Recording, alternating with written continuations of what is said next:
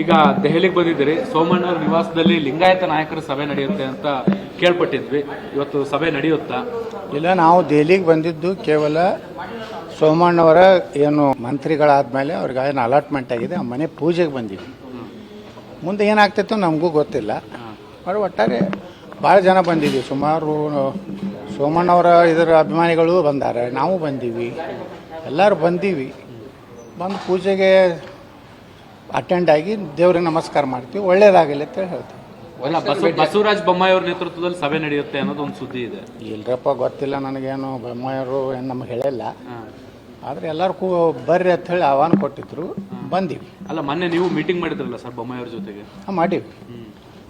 ಮುಂದುವರೆದ ಭಾಗ ಇವತ್ತು ನಡೆಯುತ್ತೆ ಅಂತ ಸರ್ ಎಲ್ಲ. ಇಲ್ಲಿ ನೋಡ್ರಿ, ಈಗ ಚರ್ಚೆಗಳು ನಡೀವಿ. ಯಾವಾಗ ಒಂದು ರಾಜಕೀಯ ಪಕ್ಷ ಅಂದಮೇಲೆ ಎಲ್ಲರ ಅಧ್ಯಕ್ಷರ ಬಗ್ಗೆ, ಮುಂದಿನ ಪಕ್ಷದ ಬೆಳವಣಿಗೆ ಬಗ್ಗೆ, ಭವಿಷ್ಯ ಯಾರ ಕೈಯಲ್ಲಿ ನಮ್ಮ ಪಕ್ಷ ಕರ್ನಾಟಕದಲ್ಲಿ ಕೊಡಬೇಕು ಅನ್ನೋದ್ರ ಬಗ್ಗೆ ಚಿಂತನೆ ಮಾಡೋದು ಪ್ರತಿಯೊಬ್ಬ ಕಾರ್ಯಕರ್ತನೂ, ಪ್ರತಿಯೊಬ್ಬ ನಾಯಕನ ಕರ್ತವ್ಯ ಇದೆ.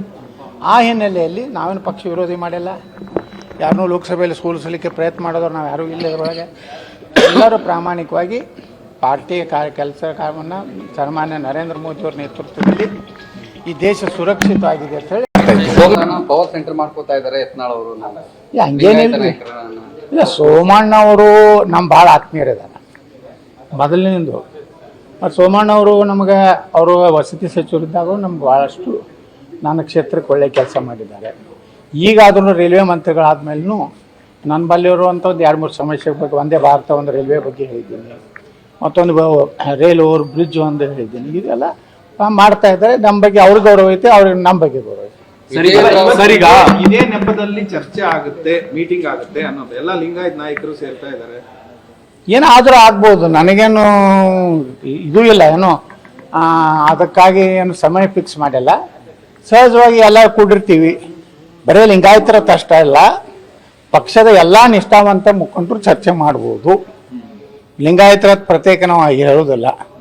ಎಲ್ಲ ಇಡೀ ಪಕ್ಷದಲ್ಲಿ ಎಲ್ಲ ಸಮಾಜದ ಏನು ಮುಖಂಡರಿದಾರ ಎಲ್ಲರ ಅಭಿಪ್ರಾಯವನ್ನು ನಾವು ಎಲ್ಲರೂ ಕೂಡಿ ಹಂಚುವಂಥದ್ದು ಆಗಬಹುದು ಅಂತ ಅನಿಸ್ತದೆ ನನಗೆ. ಸರ್, ವಿಜಯ್ ಕೂಡ ದೆಹಲಿಗೆ ಬಂದಿದ್ದಾರೆ. ಈಗ ಸೋಮಣ್ಣವರ ನಿವಾಸಕ್ಕೆ ತಾವು ಕೂಡ ತೆರಳ್ತಾ ಇದ್ದಾರೆ. ಆ ಸಂದರ್ಭದಲ್ಲಿ ಭೇಟಿ ಏನಾದ್ರು ಆಗುವಂತ ಸಾಧ್ಯತೆ ಅಥವಾ ಸಂಧಾನ ಏನೋ ಆಗುತ್ತೆ ಅನ್ನುವಂತಹ ಒಂದಷ್ಟು ಚರ್ಚೆಗಳು ಕೂಡ ಆಗ್ತಾ ಇರ್ತವೆ. ಏನು ಸಂಧಾನ ಇಲ್ರಿ, ಅಂಥದ್ದೊಂದು ಸಂಧಾನ ಆಗುವಂಥ ಏನು ಅವಶ್ಯಕತೆ ಇಲ್ಲ. ನಾವು ನಮ್ಮ ಪಕ್ಷದ ಹಿತದೃಷ್ಟಿಯಿಂದ ಪಕ್ಷಕ್ಕೆ ಹೊಸ ಒಂದು ಚೈತನ್ಯ ತುಂಬುವಂಥ ಕೆಲಸ ಆಗಬೇಕು.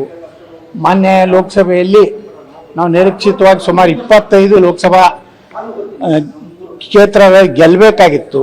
ಆ ದುರ್ದೈವ ಅಂದರೆ ಯಾರು ಇವತ್ತು ಪಕ್ಷದ ಬಗ್ಗೆ ಹೀನಾಯವಾಗಿ ಮಾತಾಡ್ತಾ ಇದ್ದಾರೆ ಅವರೆಲ್ಲ ಪಕ್ಷ ವಿರುದ್ಧ ಮಾಡಿದ್ರಿಂದ ನಾವು ಸೋತಿದ್ದೀವಿ. ಅಧ್ಯಕ್ಷರು ಟೆನ್ಷನ್ ಆಗಿದ್ದಾರೆ, ಯಾಕಂದ್ರೆ ನೀವು ಬ್ಯಾಕ್ ಟು ಬ್ಯಾಕ್ ಡೆಲ್ಲಿಗೆ ಬಂದು ಬೇರೆ ಬೇರೆಯವ್ರನ್ನ ಭೇಟಿ ಮಾಡ್ತಿದ್ರಿ. ಸ್ವಲ್ಪ ಆತಂಕ ಆಗಿದ್ದಾರೆ. ಅವರು ಬಂದು ಡೆಲ್ಲಿಗೆ ಬಂದು ಹೈಕಮಾಂಡ್ ನಾಯಕರು ಭೇಟಿ ಪ್ರಯತ್ನ ಮಾಡ್ತಿದ್ದಾರೆ. ಅವರು ಟೆನ್ಷನ್ ಆಗಿ ನನಗೆ ಗೊತ್ತಿಲ್ಲ, ಆದ್ರೆ ನಾವು ರಾಷ್ಟ್ರೀಯ ಅಧ್ಯಕ್ಷರು ಮೆನ್ಷನ್ ಮಾಡ್ಲಿಕ್ಕೆ ಬಂದಿದ್ದೀವಿ. ಕಳೆದ ಬಾರಿ ತಾವು ಬಂದಾಗ ಹೈಕಮಾಂಡ್ ನಾಯಕರು ಸಿಕ್ಕಿರ್ಲಿಲ್ಲ. ಅಲ್ರಿ, ನಾವು ಯಾವುದೇ ರಾಷ್ಟ್ರೀಯ ನಾಯಕರ ಅಪಾಯಿಂಟ್ಮೆಂಟೇ ಕೇಳಿಲ್ಲ ಕಳೆದ ಬಾರಿ. ನಾವು ಯಾವುದೇ ಬಂದ ದಾರಿಗೆ ಸುಂಕ ಇಲ್ಲ, GST ಇಲ್ಲ ಆಗ್ತದೆ. ನಾವು GST ಸುಂಕನೂ ಕೊಡೋರಲ್ಲ. ನಮ್ಮ ರೊಕ್ಕದಲ್ಲೇ ಟಿಕೆಟ್ ತೊಗೊಂಡು ಬೆಂಗಳೂರಿಗೆ ಬರ್ತೀವಿ, ದಿಲ್ಲಿಗೆ ಬರ್ತೀವಿ. ಕರ್ನಾಟಕ ಭವನ ಅತಿ ಚೀಪ್ ರೇಟ್ನಲ್ಲಿ ನಮಗೆಲ್ಲ ಕೊಡ್ತಾರೆ, ಬರ್ತೀವಿ. ಏನು ನಾವು ಮೊನ್ನೆ ಬಂದಿದ್ದು ಫೌಂಡೇಶನ್ ಹಾಕ್ಲಿಕ್ಕೆ ಬಂದಿದ್ದು. ನಾವು ಯಾರು ರಾಷ್ಟ್ರೀಯ ನಾಯಕರನ್ನ ಬರೀ ನಾವೇ ಭೇಟಿ ಆಗೋದ್ರಿಂದ ರಾಷ್ಟ್ರೀಯ ನಾಯಕರಿಗೆ ಒಂದು ರೀತಿ ಮುಜುಗರ ಆಗಬಾರ್ದು. ನಮ್ಮ ಸಂಸತ್ ಸದಸ್ಯರು ಅವ್ರದ್ದು ಸಹ ಭಾವನೆಗಳು ಭಾಳ ಅವಶ್ಯ ಇದೆ. ಇವಾಗ ಸಂಸತ್ ಸದಸ್ಯರ ಭಾವನೆಗಳನ್ನು ಸಹ ಕೇಂದ್ರ BJP ಭಾಳಷ್ಟು ಪ್ರಮುಖವಾಗಿ ತಗೋತದೆ. ಆ ದೃಷ್ಟಿಕೋನದಿಂದ ಅವ್ರ ವಿಚಾರ ಏನಿದೆ, ಅನೇಕ ಸಂಸದರನ್ನು ಆ ಸಲ ಬಂದಾಗ ನಾವು ಸಂಸದರುಗಳನ್ನು ಭೇಟಿಯಾಗಿದ್ದೀವಿ. ಎಲ್ಲರೂ ನಮ್ಮ ಒಂದು ವಿಚಾರಕ್ಕೆ ಸಹಮತ.